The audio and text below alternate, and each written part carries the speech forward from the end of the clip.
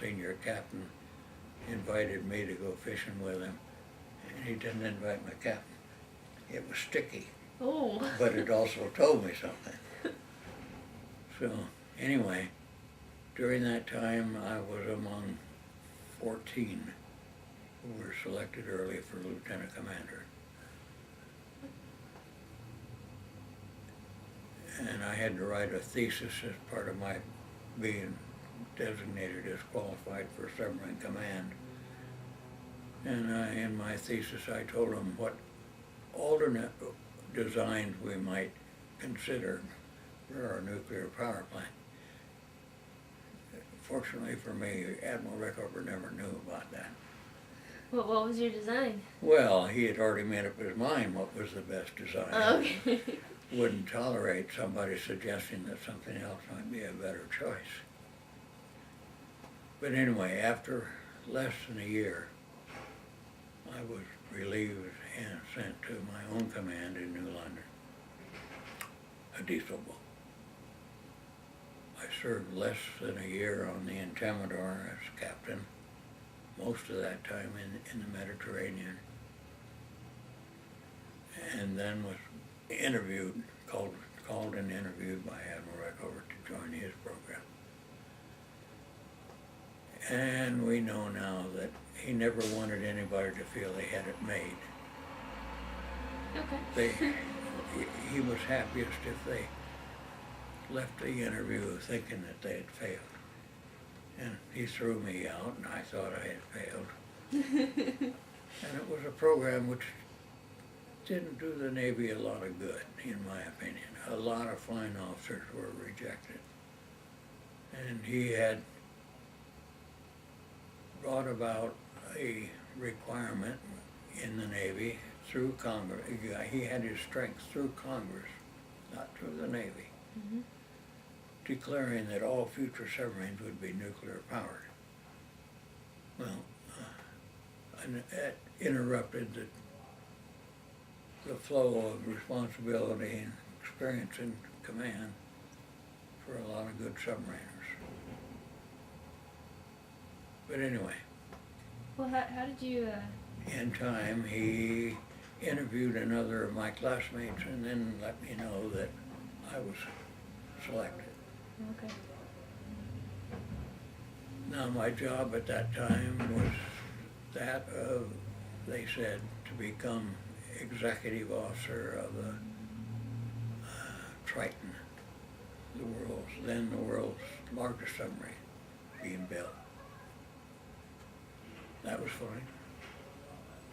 A lot of prestige. The captain was Ned Beach, a famous naval officer. Yeah. Largest submarine ever, you know. Yeah, 2 reactors. You know.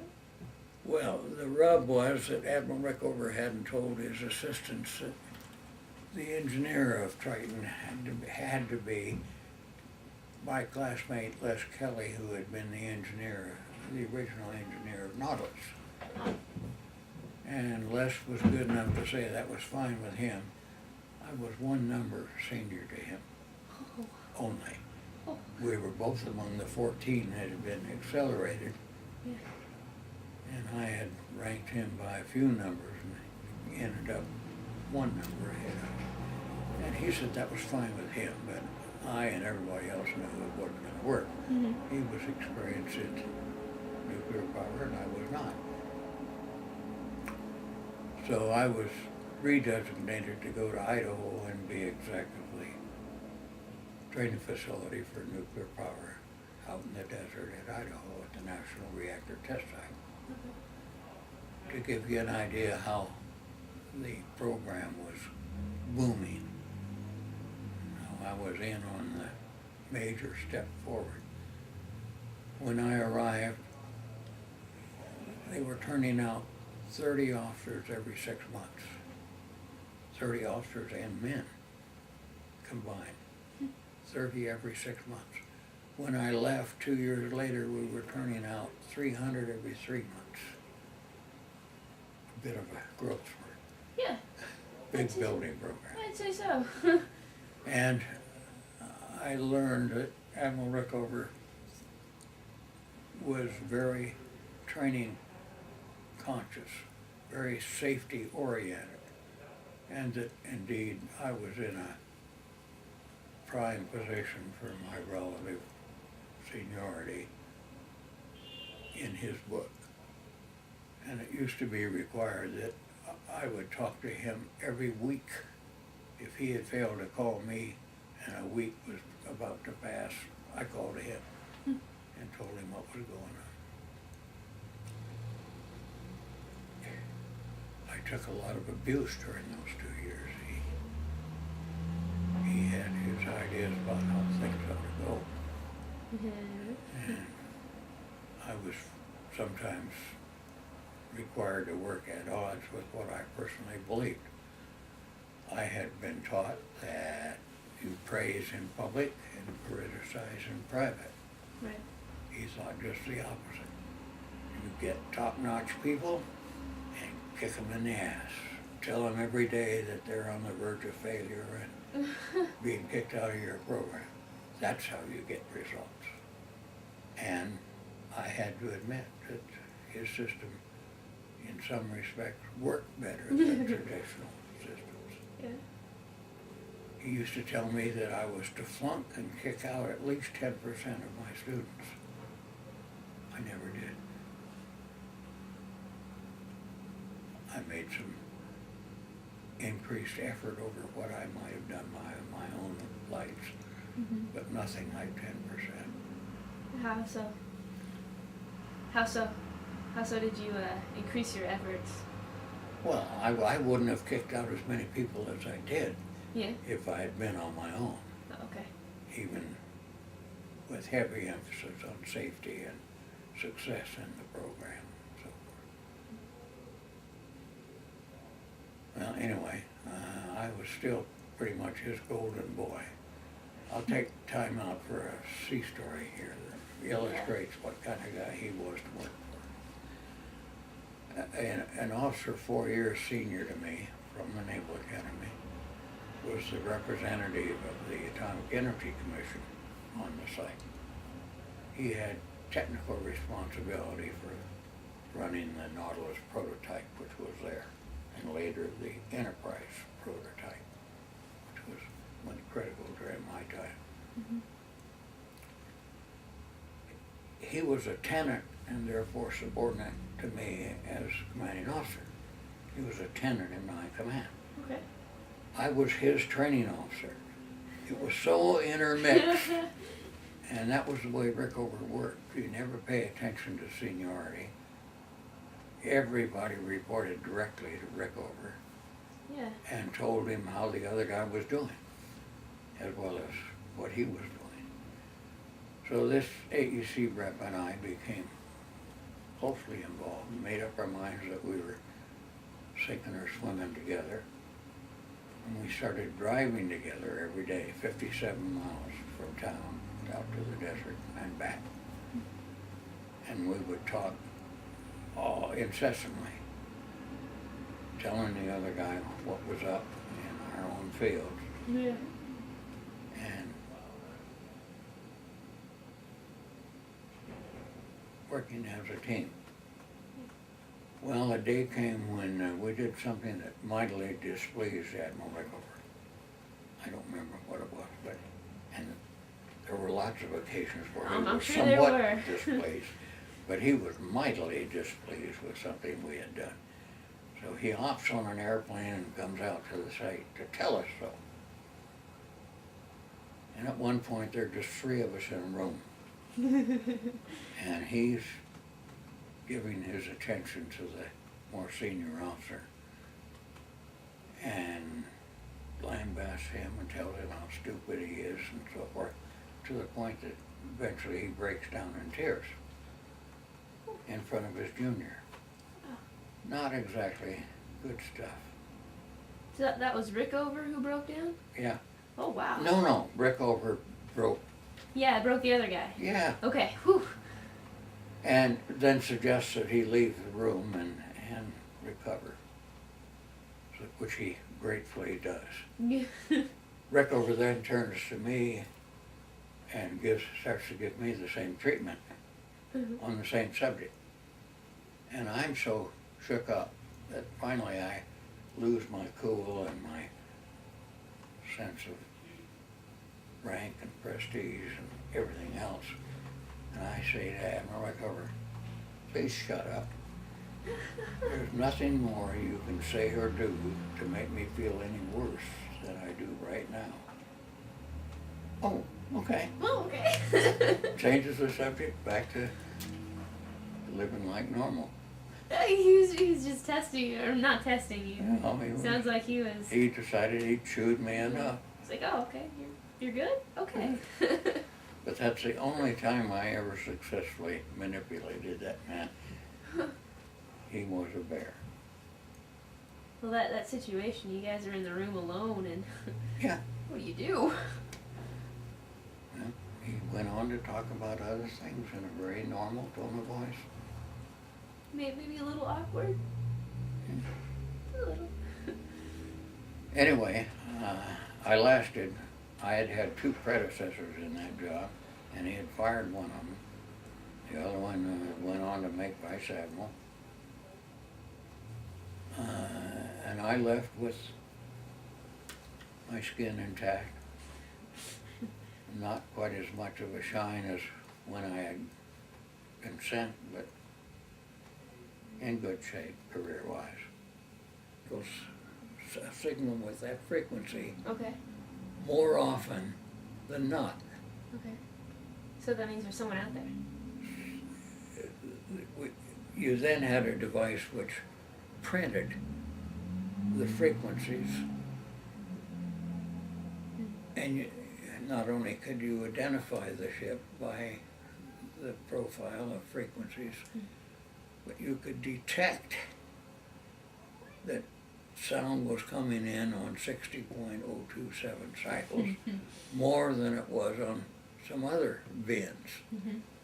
And the target would stand out.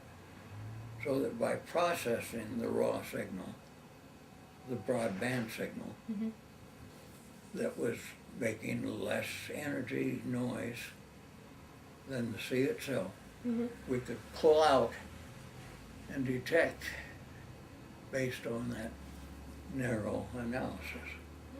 That's pretty intense.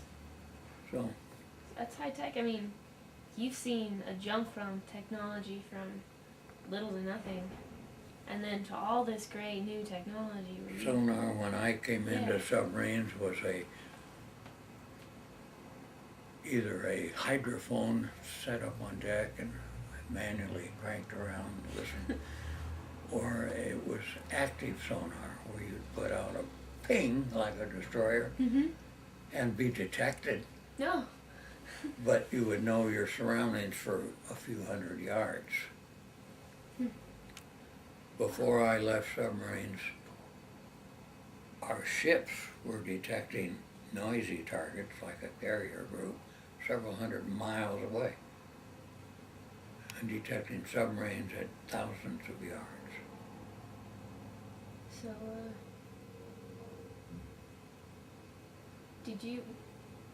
were you able from submarine to submarine at the time, were you able to communicate? Oh yes, Submarine? we had an underwater telephone. Okay. And was that ever? But we rarely used it because that announced your presence to anybody that happened to be listening. Right. And gives them a vector, your direction from them. So, other than the buckets in the beginning, on the ships and on the subs with the meal in there, did that ever get any better? Oh yes. Oh yeah? Submarines, I think, are still receiving an extra allowance for food. And I didn't get this way by accident. So, We had, most submarines, the better ones certainly, had what they called an open ice box. Any member of the crew, officer or enlisted, could walk into the ice box, pull out a steak, take it up and tell the cook to fry it. nice. That's not true of the General Navy. Can't be.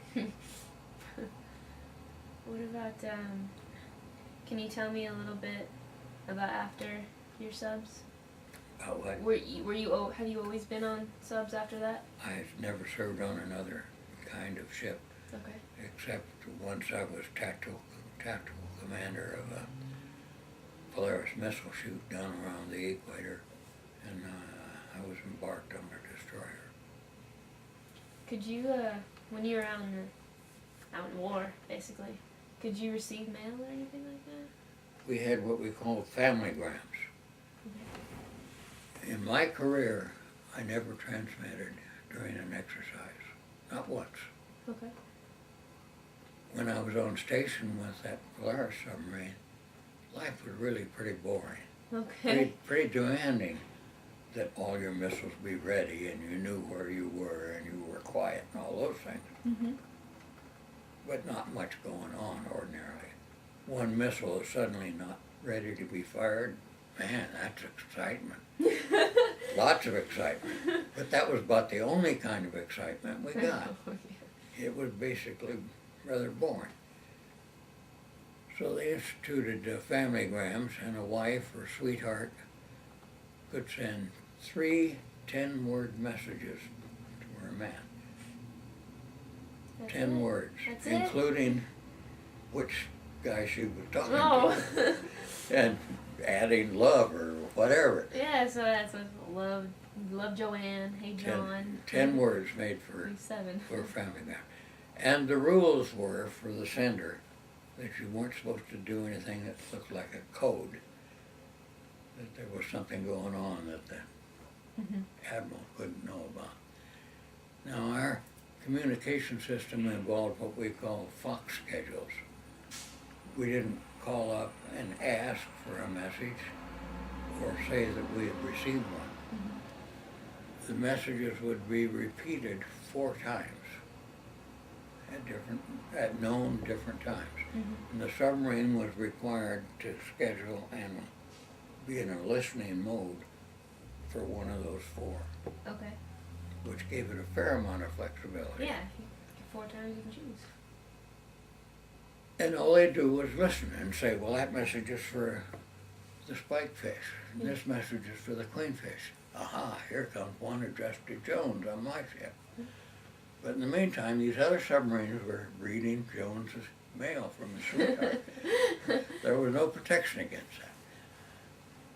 So in this case, a wife sent a message, and we all wondered what it was about, to an officer on patrol that said,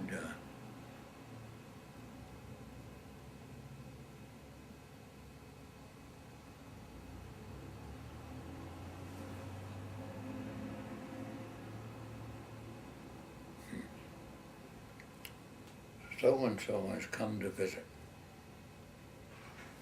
Love and kisses. Sally. And everybody wondered who so-and-so was, because she named it Henrietta. Henrietta has come to visit. Okay. Everybody thought, well, that's kind of odd, but okay. The next message a few days later says, taking Henrietta to the hospital. Oh. That's going right. And finally, Henrietta is gone and expected to never return. Well, everybody in the submarine fleet is wondering, who's Henrietta? Yeah, it was Henrietta. Henrietta was hemorrhoids. Oh gosh, that's grody. That's at least Henrietta's gone. That's good. That's always good. So, how did you guys figure that one out? Nobody did, except when the guy chose to tell it on himself when it was all over.